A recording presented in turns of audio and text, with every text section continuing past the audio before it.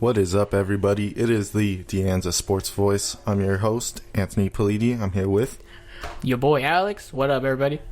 And right before we start up, we're just going to let you know that you guys should check out all of Lavoz's websites. Check out Twitter or X, YouTube, the newspaper that recently came out about 2 weeks ago now. And yeah. Instagram as well, Facebook. Make sure to check those out. And TikTok. I have forgotten about this. We have a TikTok as well, so make sure to check that out. Because everybody uses TikTok nowadays. Yep. And then today we're gonna go over Game 6 of the Thunder Mavericks series, Game 7 of the Pacers, Knicks, and Wolves, Nuggets. Yep. And then we're gonna go over the conference finals, the predictions, what we think is gonna happen, and yeah. First and foremost, Thunder Mavs Game 6 was Saturday, May... Bless you. Saturday, May... it was 18th. What was it? May 18th. Okay, Saturday, May 18th. Game 6, Thunder Mavs. Huge comeback by Dallas in this game. They were down as many as 17, I believe.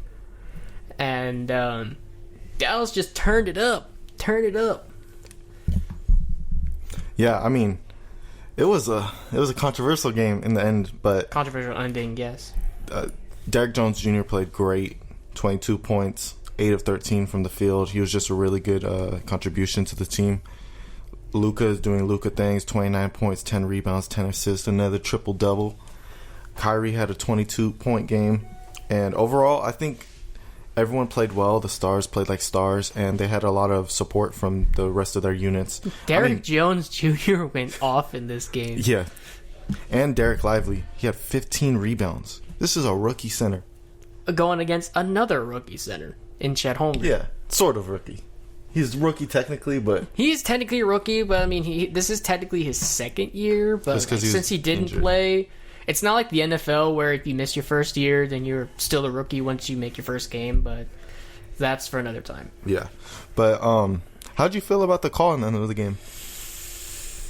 I don't see how it could have been a foul because, you got all ball first. Maybe they're looking at the incidental contact after contact with the ball, but, I don't know. I don't see how that could have been a foul, to be honest. Yeah, I didn't like the call because of the situation and ending the game on free throws, but technically it was a foul. And I think the big thing that changed it was when Shea got his hand on the ball when PJ Washington was shooting. He technically blocked the ball, but that ball did not move at all. Because the ball didn't move at all, I don't know if PJ Washington got a freaking strong hands, but because it didn't move at all and he ended up hitting his arm as well, that's the reason why it was called a foul. Oh, yeah. Because, if the ball came loose, then we're talking just a block. Yeah, exactly. So, because of the contact after and the ball not coming loose, it was a foul. And it's just so difficult for Thunder fans, I would think, that the game ends in... They were up 2 with about 2-3 seconds left when the foul happens. I think it was 1 point, actually. When they had no timeouts. Oh. No, it was 2. It was 2 because they ended up... The Mavericks ended up winning by 1. So they shot a 3-pointer. No, because PJ Washington purposely missed that third free throw. Oh, yeah, you're right. Because they had no timeouts. It was 1. Yeah. Okay, yeah. So, but just the way that game ended is... I didn't like it, personally, as a fan. I kind of wanted to see Game 7 too, so a little bit of biasness in there. There were some comments that were like, how fitting that... the free throw merchant in Shai Gilgeous-Alexander, his season ends by committing a foul. But that's for another time. Thunder did have a great season. They're a young team. Man, they got a crap ton of draft picks for the future. I mean, they're stacked with those. So you just got more young players coming in. Therefore, another bright future. Hopefully it's not the same thing as the 2012 Thunder who lost the finals that year to the Miami Heat, but this is a different squad. So. I mean, yeah, and Shai's going to keep doing Shai things. I mean, even this game, 36 points. It did feel like in the end, he could have almost. I know you don't want him chucking up shots, but I feel like he should have taken more shots in this game. I know he took 25, but I don't know. I feel like. I mean, he did his part. He did his part. It was more like. Definitely. I mean, Lou Dort has to hit his threes 2 for 7. Chet Holmgren has to hit his threes 1 for 7. Chet Holmgren has to rebound the ball. That's why they need a center. Yeah. He's a 4, in my opinion. Yeah. Yeah, he may be, 7 foot, lengthy, but this dude is as thin as it gets. Until he gets stronger and more dominant in the paint, they're going to need a traditional 5. A Nick Claxton, a Jared Allen, someone they could trade for that could really take up all the rebounds. Yeah. But because Dallas dominated the boards in this whole series. Thanks to Derek Lively himself. Yeah, as a rookie. Yeah. So it was a difficult game, I guess, for Thunder fans. But they got a good future. They got a great definitely. future. I would say one of the best futures in the league. Yeah. Now, moving on for Game 7s, we had a duel of Game 7s on Sunday, May 19th. Some exciting games. The first one, the Knicks-Pacers at Madison Square Garden. The Pacers absolutely blew the roof off the building in this game with their scoring, and also their efficiency. Their efficiency as well. And the Knicks were really injured. Jalen Brunson ended up leaving the game late because of a fractured hand. OG Anunoby had come back for the first time since Game 2 after an injury. Josh Hart was playing through an ab injury. And then guys like Julius Randle and Mitchell Robinson, 2 important pieces, they were out for the year. But not only that, the Pacers just dominated the offensive side of the ball.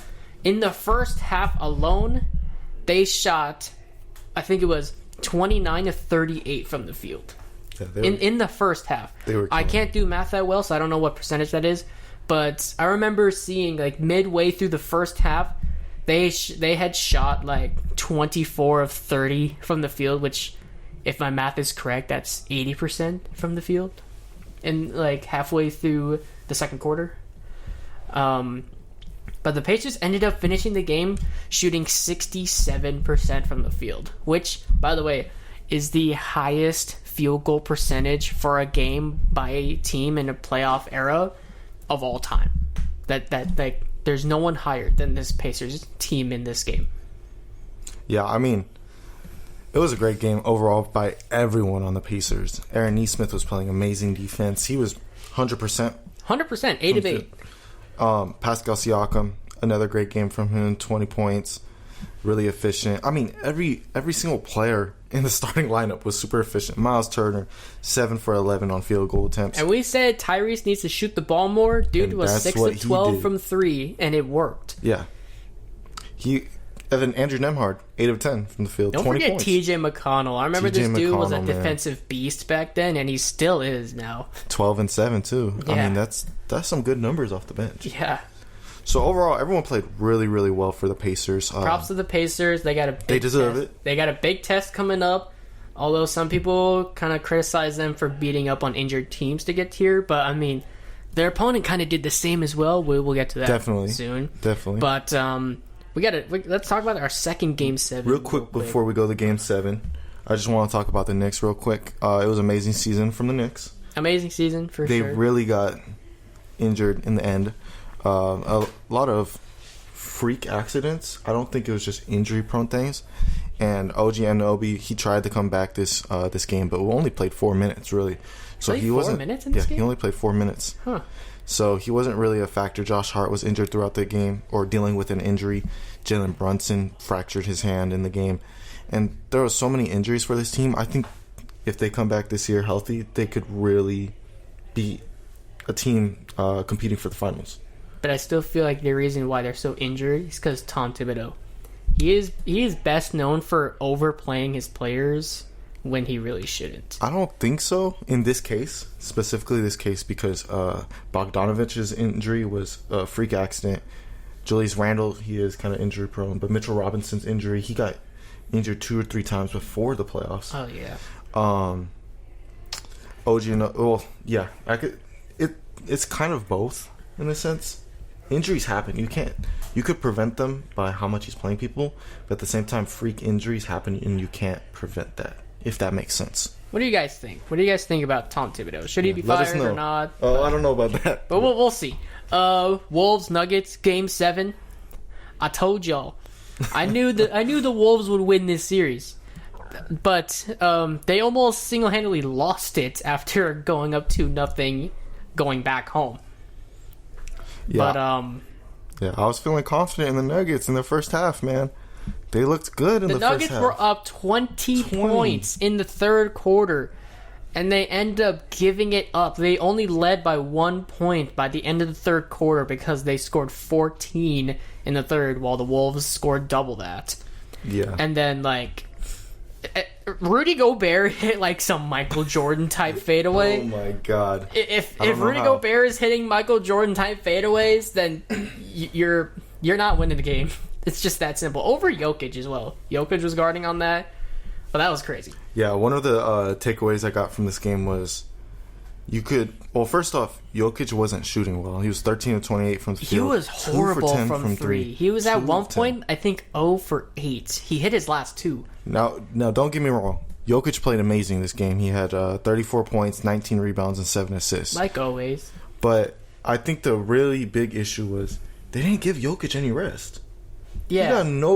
I think he had a 1 or 2 minutes of rest this whole game, and as a player, that's super difficult to play with. Yeah. We're just talking about the Knicks. At the same time, yeah, he doesn't like to rest, but rest is important for. Well, you could see how sluggish he was out there, and that's why he chucked up so many threes. Yeah. That's more fatigue shots. That's not just him because he's shooting because he's open. That's because he can't drive in because he's so tired. And that affects how you shoot the ball too. Yeah. When you're that tired.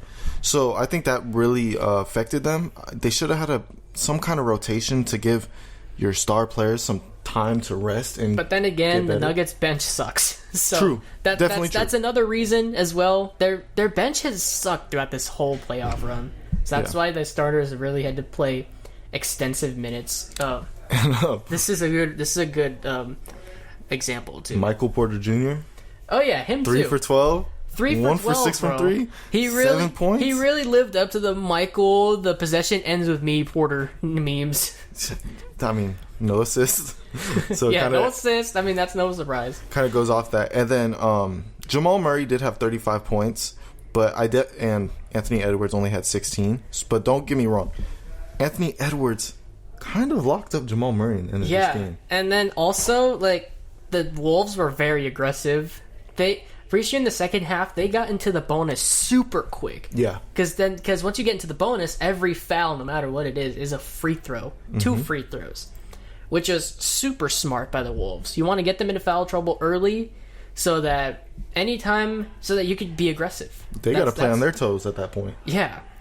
But props to the Nuggets. Their championship defending run is over. Yeah. And we got a... What you got? Real quick, I just wanted to point out, in the last, I believe, 7 years, the reigning defending champs have lost in the second round.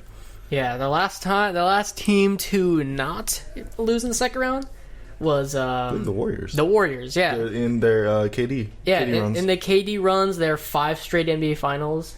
That just goes to show how special that team was.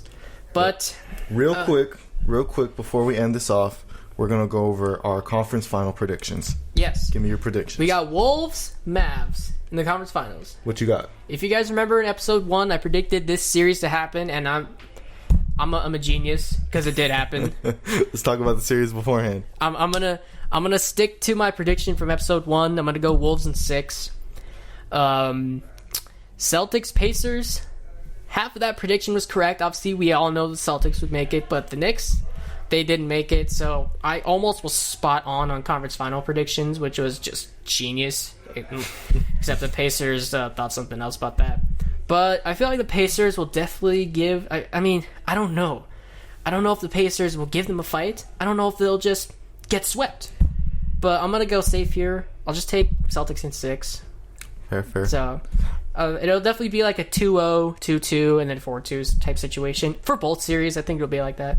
Yeah, I'm going to go Minnesota in 6. I think that Luka and Kyrie are going to get theirs. It all depends on on the players around them, but the Wolves defense is insane. It's crazy. So Wolves in 6, and I'm gonna go Celtics in 5. I think Celtics will lose maybe one game to the Pacers, but probably overall, game 2. Yeah, probably game probably two. Game 2. Like the rest of the games or the rest of the series. But overall, I think the Pacers or the Celtics are a better team, and that's my predictions. Set up a Wolves Celtics NBA Finals. Very interesting. That'd be very interesting finals to say the least.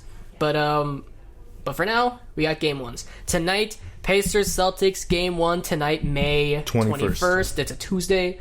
Celtics are gonna win. That's my prediction. Yeah, they probably will. But hope you guys enjoyed. Thanks for watching episode, was it 6 now? Episode 6 of the Anza Sports Voice. I'm Alex. Anthony's right next to me. Thank you guys for listening. We'll see you guys later.